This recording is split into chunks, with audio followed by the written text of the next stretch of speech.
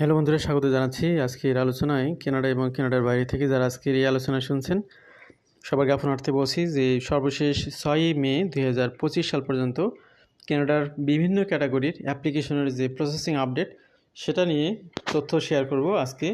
প্রত্যেক মাসে এক বা একাধিক এপিসোড থাকে আমাদের আপনাদেরকে সর্বশেষ ভিসার প্রসেসিং টাইমগুলো জানানোর জন্যে।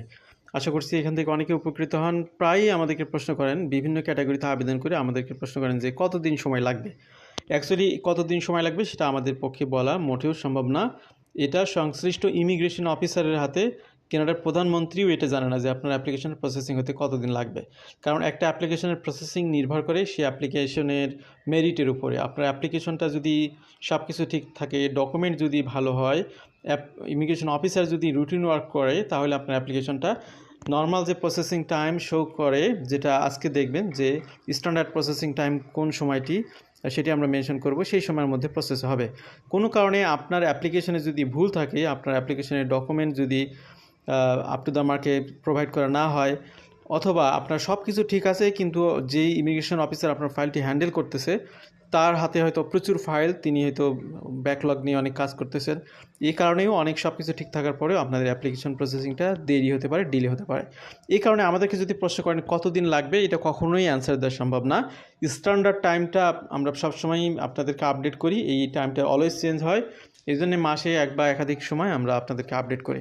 তো যারা বিভিন্ন প্রক্রিয়ায় বিভিন্ন ক্যাটাগরিতে আবেদন করেছেন, বিশেষ করে permanent residency, citizenship application, temporary residency, সব কিছু মিলিয়ে আজকে আপডেট তথ্যগুলো আপনাদেরকে আবারও শেয়ার করছি। আশা করছি অনেকে উপকৃত হবেন। আপনি অন্তত স্ট্যান্ডার্ডটা বুঝতে পারবেন। আর ব্যাকলগ নিয়ে তো আমরা আলাদা আলোচনা করি, সেটা ডিফারেন্ট ইস্যু। কী পরিমাণে অ্যাপ্লিকেশন ব্যাকলগে থাকে সেটা নিয়ে আমাদের রেগুলার একটা আলোচনা থাকে। তো এখানে দেখতে পাচ্ছেন new IRCC update on processing Times as of May 2025। Immigration, Refugee and Citizenship Canada has released its latest processing time updates as of May 6, 2025. তো 6 মে পর্যন্ত তারা তাদের সর্বশেষ আপডেটটা এখানে দিয়েছে। তাদের ওয়েবসাইটে আপনারা গেলে এগুলো পাবেন। এরপরেও আপনাদেরকে অ্যাট এ গ্যালেন্সে সবগুলো এক জায়গা থেকে জানানোর জন্য আমরা আলোচনা করে থাকি। তো প্রসেসিং টাইমটা মূলত যেটা হয় যে এটি আপনার ক্রিটিক্যাল ইনসাইটসগুলো এখানে তুলে ধরা হয়, বিশেষ করে যারা বিভিন্ন ক্যাটাগরি ভিসার জন্য, পার্মানেন্ট রেসিডেন্সির জন্য, সিটিজেনশিপের জন্য এবং কানাডিয়ান পাসপোর্টের জন্য আবেদন করেন।